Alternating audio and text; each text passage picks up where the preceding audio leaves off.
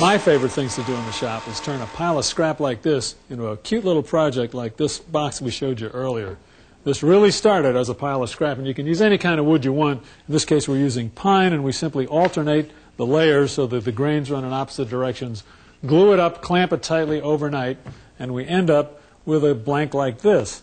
And as you can see here, the edges are still very rough from that glue up. So using the bandsaw, which is the only tool we're going to use for this project, just about, we're going to cut off those rough edges. I've smoothed the sides on my blank, and I'm ready to go on to the next step. I've got this little mock-up here which will help us illustrate how we solve the mystery of this cute little box. I'm going to cut the two sides off, and I've arbitrarily measured this about a ½ an inch.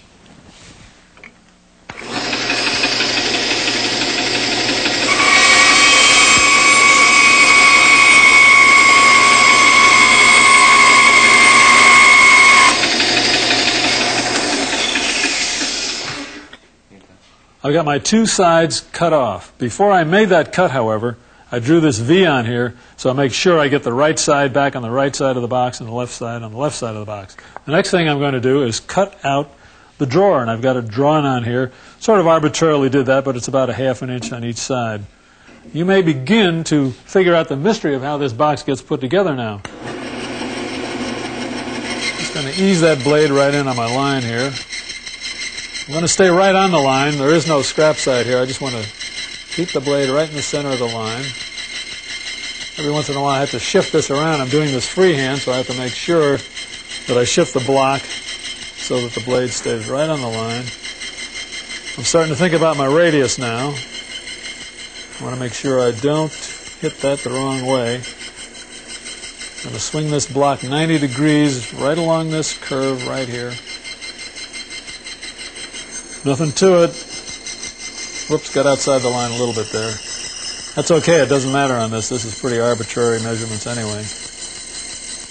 See if I can hit this one a little bit better. Yeah. Much better. Now we're in the home stretch.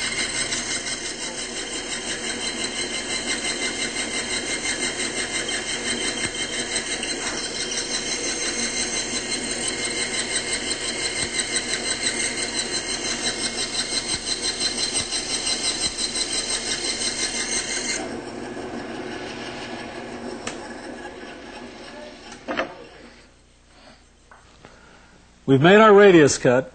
The drawer comes out like this. There's two more things to do. Cut the sides off and make this radius cut inside here, hollow out the drawer. We're all set up here on the bandsaw. I've already cut off the two sides. We're ready to make this cut right here.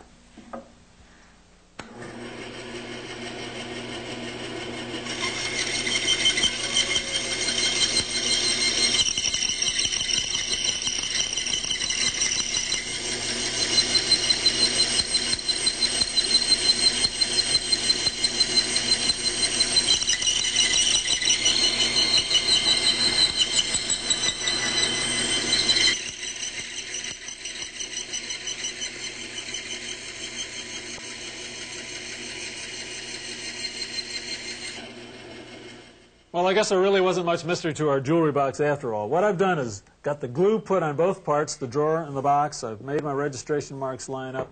Now about the only thing to do is round off the corners here. You can do that with either a belt sander or a router. After that, the only thing left to do is put on your finish. Now we're set to round off the corners on the belt sander. The belt sander is going to do something else for us too, because we can sand all these surfaces that have glue lines and other things on it.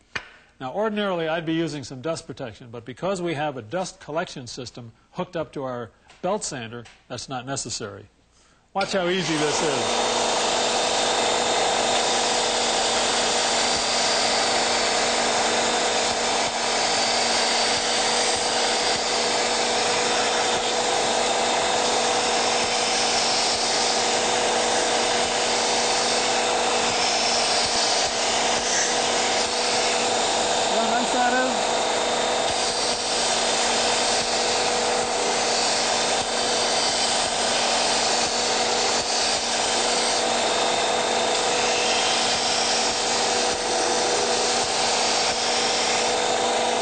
off that surface there.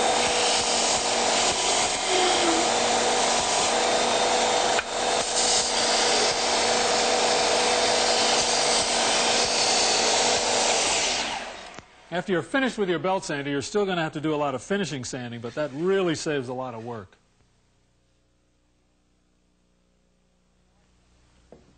How do you like that? You are getting a wonderful polish on that box. That's great. It shows you what you can do with pretty ordinary lumber. We started with those plain white pine boards, as you know. We sanded it very carefully after everything was assembled, put on some stain to change the color, and then we're waxing it to give it this nice gloss.